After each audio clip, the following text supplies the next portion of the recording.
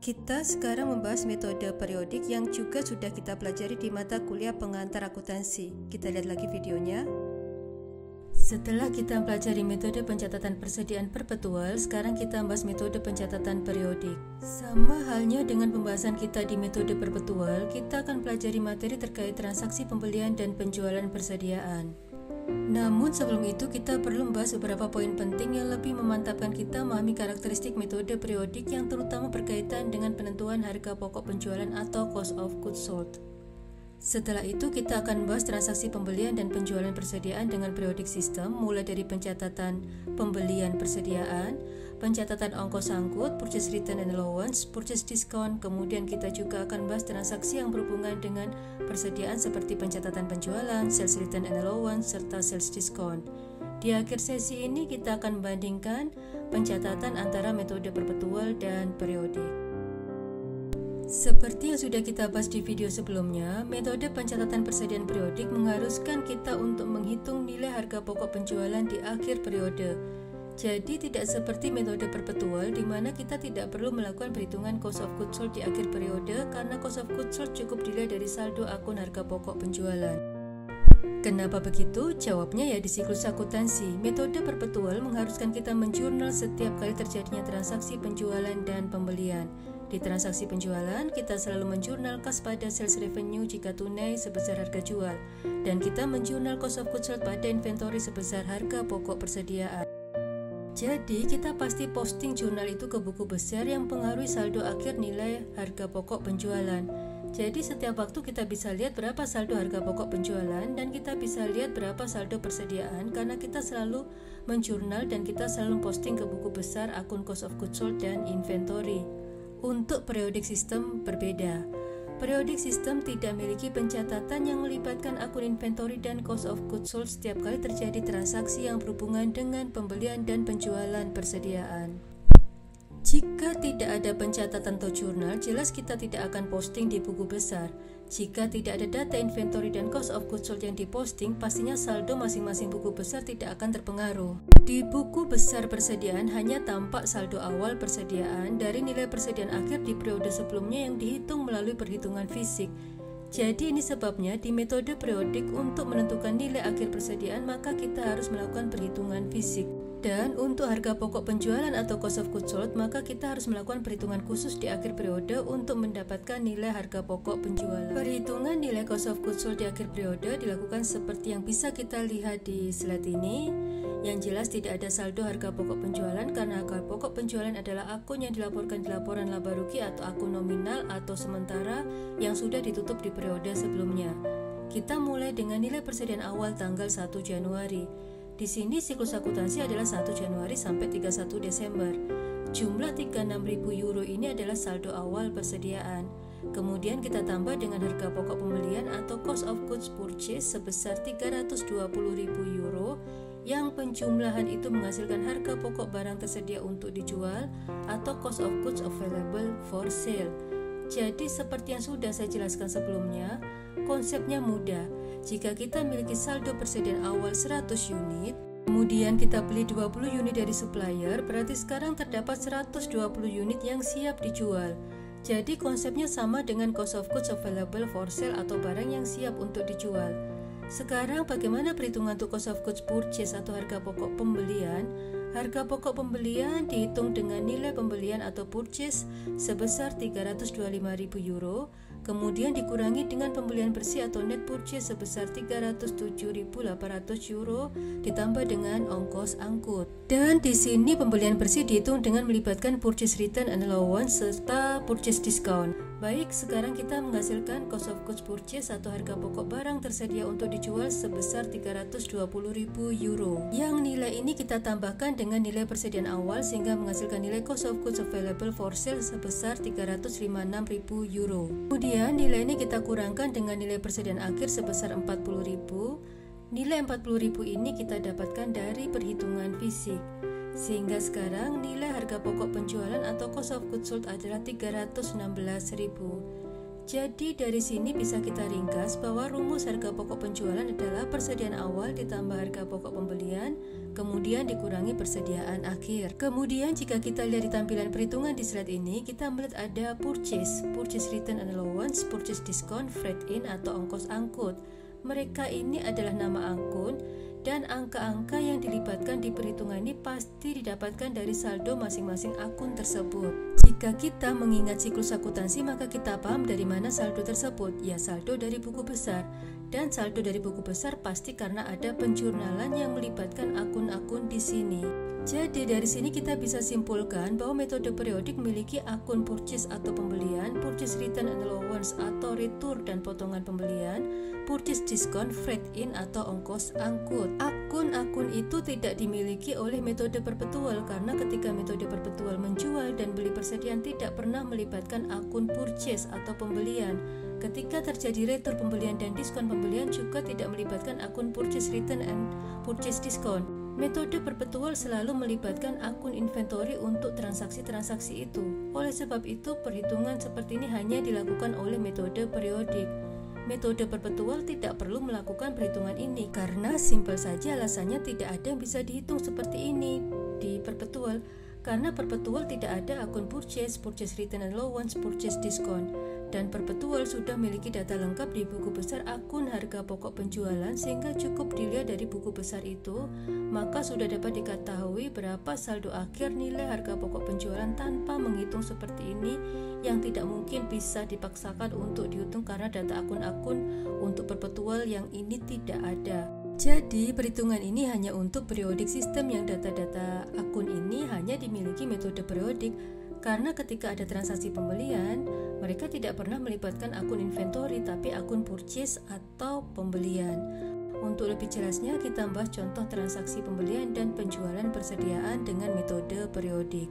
Contoh yang kita pakai masih sama dengan contoh sebelumnya. Pembelian barang dagang sebesar 3.800 euro untuk periodik sistem meminta kita menjurnal debit purchase atau pembelian dan mengkredit account payable atau hutang dagang sebesar 3.800.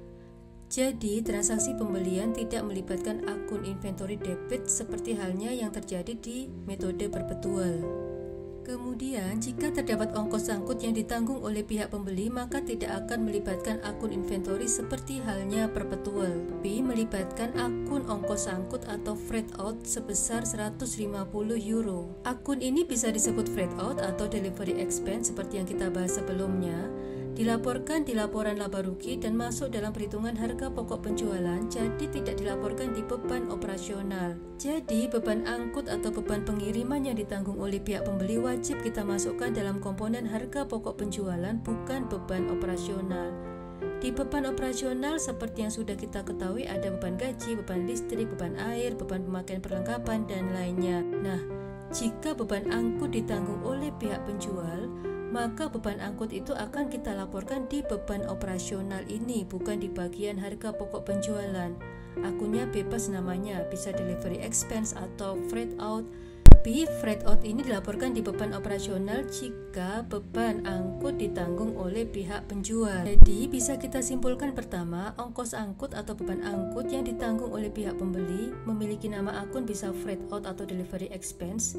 Untuk beban angkut atau beban pengiriman yang ditanggung oleh pihak pembeli, maka itu akan dilaporkan di bagian cost of goods sold atau harga pokok penjualan. Tapi jika beban angkut ditanggung oleh pihak penjual, maka akan dilaporkan di beban operasional.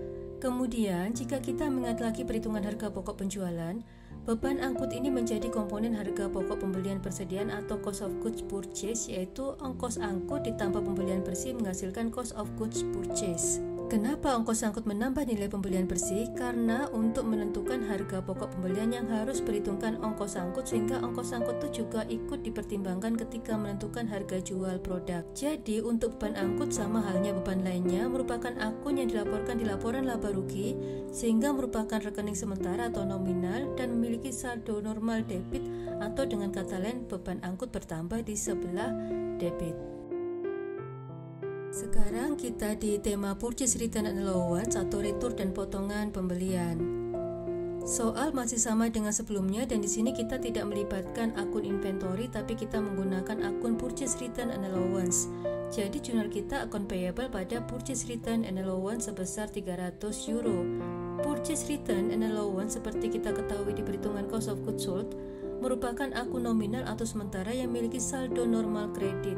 Dengan kata lain, akun ini bertambah di sebelah kredit. Hal ini karena purchase return and allowance menjadi kontra account, akun purchase atau pengurang nilai purchase, sehingga purchase dikurangi purchase return menghasilkan pembelian bersih atau net purchase. Hal yang sama juga terjadi untuk transaksi purchase discount, yaitu untuk metode periodik melibatkan akun purchase discount bukan inventory. Purchase discount ini juga akan dilaporkan di laporan laba rugi sebagai bagian dari harga pokok penjualan, sehingga merupakan akun nominal atau sementara dan memiliki saldo normal kredit, yang berarti akun ini bertambah di sebelah kredit. Hal ini dikarenakan purchase discount menjadi kontra account dari akun purchase, sehingga purchase dikurangi dengan purchase discount akan menghasilkan pembelian bersih atau net purchase. Sekarang kita masuk ke transaksi penjualan. Ketika terjadi penjualan secara kredit, maka jurnal cukup account receivable pada sales revenue sebesar harga jual, yaitu 3.800 euro. Metode periodik tidak melibatkan jurnal inventory pada cost of goods sold seperti yang dilakukan di metode perpetual setiap kali terjadinya transaksi penjualan. Demikian juga jika terjadi retur penjualan, maka perusahaan cukup menjurnal sales return and allowance pada account receivable. Jadi tidak ada jurnal inventory pada cost of goods sold. Akun sales return and allowance yang dimiliki di periodik dan perpetual dilaporkan di laporan laba rugi sebagai komponen nilai net sales atau penjualan bersih. Jadi sales revenue dikurangi sales return and allowance akan menghasilkan net sales. Oleh sebab itu, sales return pengurang nilai sales, maka akun ini memiliki saldo normal debit. Untuk transaksi diskon penjualan, jurnal sama dengan perpetual, yaitu dua metode itu mengakui adanya sales diskon. Sales diskon ini pengurang nilai penjualan sehingga memiliki saldo normal debit. Metode periodik dan perpetual karena sama-sama memiliki akun sales diskon, maka akun ini dilaporkan di laporan laba rugi sebagai komponen perhitungan net sales atau penjualan bersih. Jadi nilai sales atau sales revenue dikurangi sales diskon, maka akan menghasilkan penjualan bersih atau net sales. Sehingga jurnal diskon penjualan adalah debit cash 3430, kemudian sales diskon debit 70 euro dan kredit account receivable. Kita sudah mempelajari transaksi pembelian dan penjualan barang dagang dengan metode periodik dan perpetual, sehingga bisa kita bandingkan jurnal yang dibuat antara dua metode itu. Seperti yang saya jelaskan sebelumnya, metode periodik dan perpetual adalah metode pencatatan persediaan, bukan metode penilaian persediaan. Jadi jika kita bicara pencatatan, pasti bicara penjurnalan, dan penjurnalan inilah yang kita bahas. Dan slide ini menunjukkan rangkuman perbandingan kedua metode itu. Untuk transaksi pembelian, perpetual melibatkan akun inventory, sedangkan periodik melibatkan akun purchase. Untuk ongkos angkut ditanggung pihak pembeli, maka perpetual melibatkan akun inventory dan periodik melibatkan akun freight in atau delivery expense atau ongkos angkut atau beban kirim. Kemudian untuk transaksi retur dan potongan pembelian, perpetual mengkredit inventory dan periodik mengkredit akun purchase return and allowance. Selanjutnya untuk transaksi diskon pembelian, perpetual melibatkan kredit inventory sedangkan periodik mengkredit purchase diskon. Jadi bisa kita lihat di sini bahwa periodik tidak pernah melibatkan akun inventory. Kemudian untuk transaksi penjualan, perpetual memiliki jurnal cost of goods sold pada inventory sedangkan periodik cukup account receivable pada sales revenue. Selanjutnya terkait dengan retur penjualan, perpetual membuat jurnal inventory pada cost of goods sold sedangkan periodik tidak memiliki jurnal itu, hanya jurnal sales return and allowance pada account receivable. Selanjutnya ketika terjadi sales diskon, dua metode memiliki jurnal yang sama dengan melibatkan sales diskon. Nah, di sini kita juga melihat bahwa metode periodik tidak pernah melibatkan akun inventory dan akun cost of goods sold. Perpetual selalu melibatkan kedua akun itu sehingga tanpa perhitungan fisik, perusahaan dengan metode perpetual dapat melihat nilai persediaan akhir di buku besar inventory. Demikian juga dengan cost of goods sold, perusahaan bisa melihat langsung saldo cost of goods sold.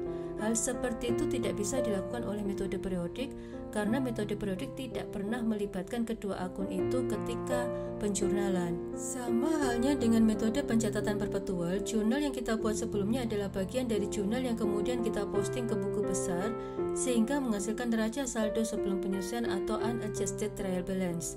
Kemudian kita buat jurnal penyusian yang konsepnya sama dengan perusahaan jasa. Jurnal penyusian di sini berhubungan dengan penyusian yang memunculkan nilai persediaan akhir dan harga pokok penjualan. Bentuk laporan keuangan sama dengan sudah kita pelajari di metode perpetual, terutama untuk laporan posisi keuangan di mana inventory dilaporkan di tempat yang sama. Untuk laporan laba rugi juga sama, komponennya juga sama seperti perpetual yang muat informasi net sales, gross profit, operating expense, other income and expense, serta net income atau net loss. Perbedaannya hanya di perhitungan atau nilai cost of goods sold, di mana jika perpetual, angka cost of goods sold langsung diambil dari saldo akun cost of goods sold. Sedangkan cost of goods sold di periodik ini merupakan hasil dari perhitungan cost of goods sold di akhir periode, yang perhitungannya adalah seperti yang sudah kita bahas, yaitu persediaan awal ditambah harga pokok pembelian kemudian dikurangi persediaan akhir. Perusahaan dengan metode periodik bisa melaporkan ringkasan HPP seperti ini, tapi di balik ini perusahaan punya catatan perhitungannya. Bisa saja perusahaan secara lengkap masukkan informasi perhitungan cost of goods sold seperti yang sudah kita bahas di awal video. Sampai sekarang kita sudah memahami metode pencatatan persediaan perpetual dan periodik. Kemudian di sesi terakhir sekarang, kita akan bahas suatu transaksi yang menggambarkan adanya selisih catatan akuntansi dengan perhitungan fisik. Perbandingan seperti ini hanya bisa kita lakukan di metode perpetual. Di sini dicontohkan pada akhir periode akuntansi, catatan akuntansi menunjukkan saldo $4.000, tapi perhitungan fisik menunjukkan nilai 3.800. Selisih ini pasti akan dicari penyebabnya oleh manajemen. Tapi kita sebagai akuntan harus langsung mencatat selisih ini dengan menjurnal. Kita berpedoman bahwa yang kita laporkan di laporan keuangan sebagai persediaan adalah yang benar-benar ada di perusahaan, dan ini adalah 3.800 dari perhitungan fisik, bukan 4.000. Oleh sebab itu kita harus membuat saldo 4.000 menjadi 3.000 dengan mengkredit inventory sebesar 200. Lalu debitnya kita libatkan inventory over and short sebesar 200. Inventory over and short ini dengan kata lain kelebihan atau kekurangan persediaan. Jika ternyata perhitungan fisik menunjukkan nilai lebih tinggi daripada catatan, maka ya tinggal kita balik jurnal ini, debit inventory dan kredit inventory over and short. Akun inventory over and short ini langsung disesuaikan ke cost of goods sold. Tapi praktiknya banyak perusahaan yang melaporkan akun inventory over and short di pendapatan dan beban lain-lain atau other income and expense. Kita sudah membahas dua metode pencatatan persediaan, yaitu perpetual system dan periodic system. Selanjutnya kita membahas barang dan biaya yang diperhitungkan dalam persediaan atau goods and costs included in inventory.